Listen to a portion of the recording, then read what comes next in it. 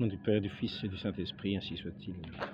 À l'adresse de certains apprentis théologiens, que je ne suis pas, Humani Generis, Pie XII, 1950, Dieu a donné à son Église un magistère vivant, en même temps que les sources sacrées pour éclairer et pour dégager ce qui, contenu qu'obscurément comme implicitement dans le dépôt de la foi. Et ce dépôt, ce n'est ni à chaque fidèle, ni même au théologien que le Christ l'a confié pour en assurer l'interprétation authentique, mais au seul magistère de l'Église, par la voie ordinaire ou par voie extraordinaire.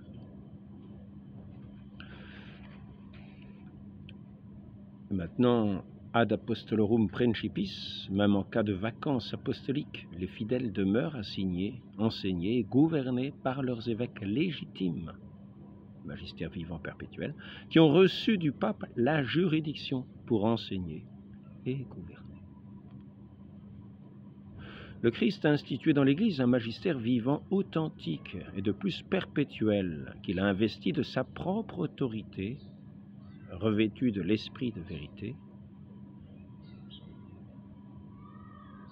et a fermement, sévèrement ordonné que les enseignements doctrinaux de ce magistère fussent reçus comme les siens propres. Satis Cognitum, Léon XIII. L'Église est d'une durée unique et perpétuelle, Satis Cognitum, et une stabilité inébranlable, Vatican I, Denzinger, 1794.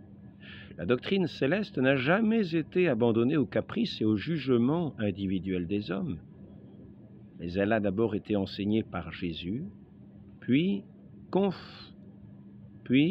conférée exclusivement au magistère dont il a été question, c'est-à-dire magistère vivant. Léon XIII, Satis Cognitum. L'Église est la colonne et la base de la vérité. La lettre à Timothée, chapitre 3. L'Église chancellera si son fondement chancelle, mais comment pourrait chanceler le Christ? Tant que le Christ ne chancellera point, l'Église ne fléchira jamais jusqu'à la fin des temps. Où sont ceux qui disent « l'Église a disparu du monde ». Elle est éclipsée, puisqu'elle ne peut même pas fléchir. Satis Cognitum. Et il n'y a jamais eu, et il n'y aura jamais dans l'Église de magistère légitime, de laïc, soustrait par Dieu à l'autorité, à la conduite vigilante du magistère sacré, bien plus. Le refus même de se soumettre fournit un argument convaincant et un critère sûr. Les laïcs qui parlent et agissent de la sorte ne sont pas conduits par l'Esprit de Dieu, du Christ. Discours de Pie XII, 1954, pour la canonisation de Saint Pie X.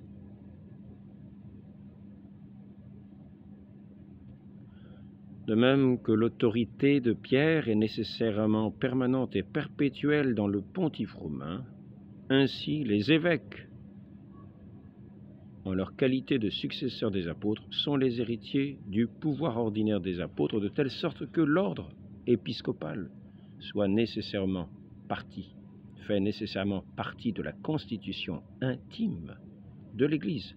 Léon XIII, Satis Cognitum. Dernier point. Saint Paul nous dit, c'est toujours Satis Cognitum, le Christ est le chef en vertu duquel tout le corps est lié, par toutes les jointures. Ainsi donc, si quelques membres restent séparés et éloignés des autres membres, ils ne sauraient appartenir à la même tête que le reste du corps. Séparés, il faut qu'ils meurent.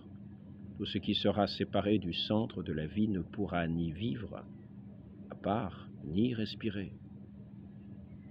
L'âme ne suit point le membre amputé. L'Église du Christ est donc unique et de plus perpétuelle. Quiconque se sépare de l'Église épouse l'adultère.